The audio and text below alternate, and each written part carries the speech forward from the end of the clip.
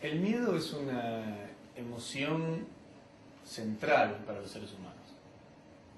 De hecho, si uno va al fondo, podría incluso decir que hay como dos grandes emociones ahí que son base, ¿no? Y podríamos hablar del miedo y del amor. O del amar, me gustaría más que... Del temer y del amar, ese a mí me gustaría más plantear. Y el temer y el amar como distintos fundamentos. El amar como un fundamento de lo que nos constituye, central. Y el temor como una emoción cultural en la cual habitamos. Y ambos están ahí presentes. Yo creo que cuando uno se conecta con esto del amar, sacándole cualquier connotación romántica, telenovelesca, sino que estamos hablando del amar en su estado más puro, ni como una virtud a llegar, sino algo que nos constituye a todos los seres humanos, ese espacio donde tú no eres una amenaza para mí, yo no soy una amenaza para ti, sino que podemos estar juntos en un espacio en donde surgimos, como dice Humberto Maturana, surgimos legítimos el uno con el otro, ¿no? Conviviendo. Entonces, cuando uno está en ese amar, yo creo que aparece una emoción central que es la gratitud.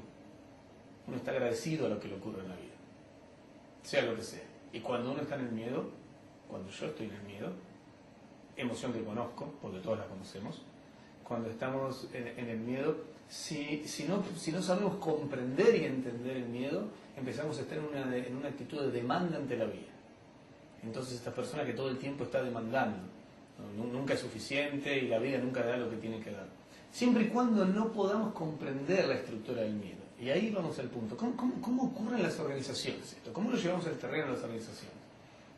En el terreno de las organizaciones yo creo que el miedo aparece muy frecuentemente. ¿En qué? Por ejemplo, el miedo a delegar. Uno de los grandes temas.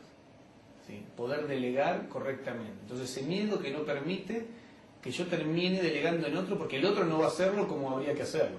Y como habría que hacerlo justamente como lo hago yo. ¿Sí? El miedo a la exposición. Esto pasa muy seguido, muy clásico. Incluso personas que están en determinado nivel y pasan a otro nivel distinto dentro de la organización donde ya tienen una exposición mucho más grande. Entonces ese miedo que produce la exposición. El miedo a una toma de decisión. Todo el tiempo estamos tomando decisiones. No es solo el miedo a la toma en sí misma, sino a las consecuencias de eso.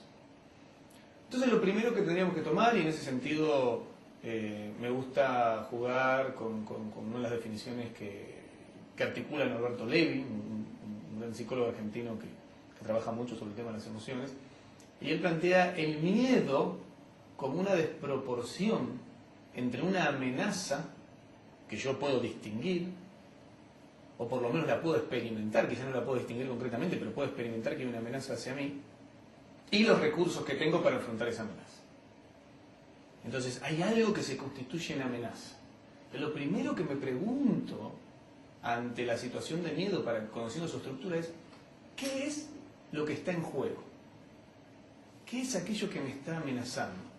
Y en ese sentido, qué bueno que aparezca. Porque el miedo lo que hace es una señal que me está diciendo que hay una amenaza. Que no surge con nosotros los humanos, surge con los mamíferos.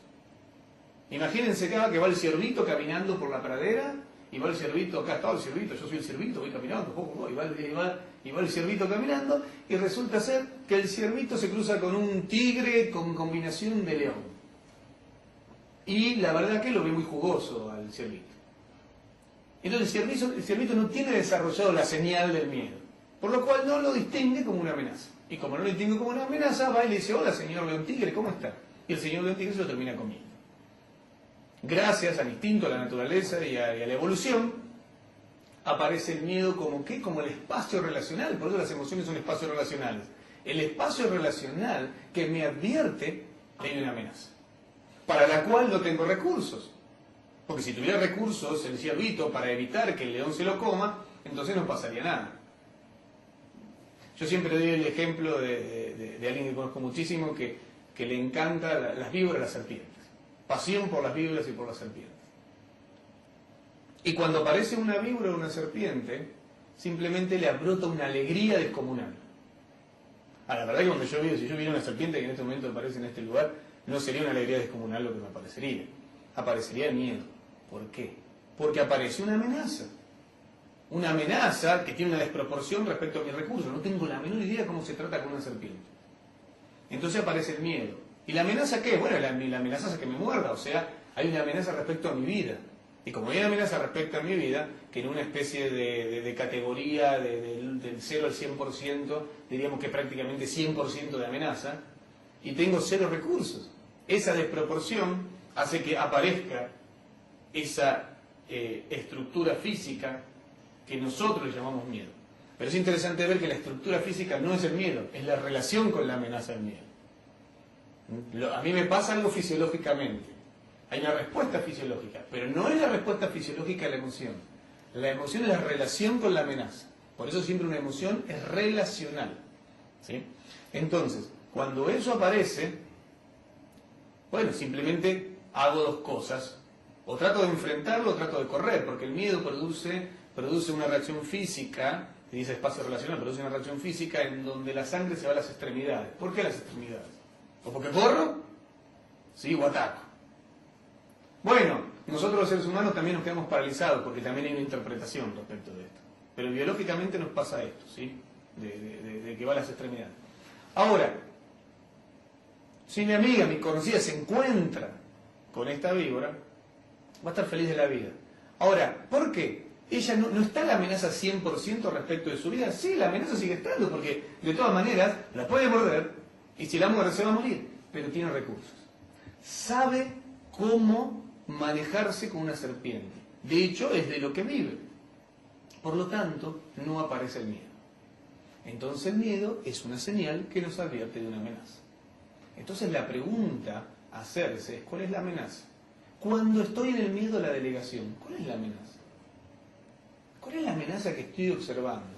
Y si puedo distinguir la amenaza, la otra pregunta es, ¿cuáles son los recursos a desarrollar? Entonces, ¡wow! ¡Qué bueno que el miedo se haga presente para advertirme! Ahora, lo que pasa es que a veces queremos matar al mensajero. Entonces, como queremos matar al mensajero, el miedo es un gran mensaje y queremos eliminar el miedo.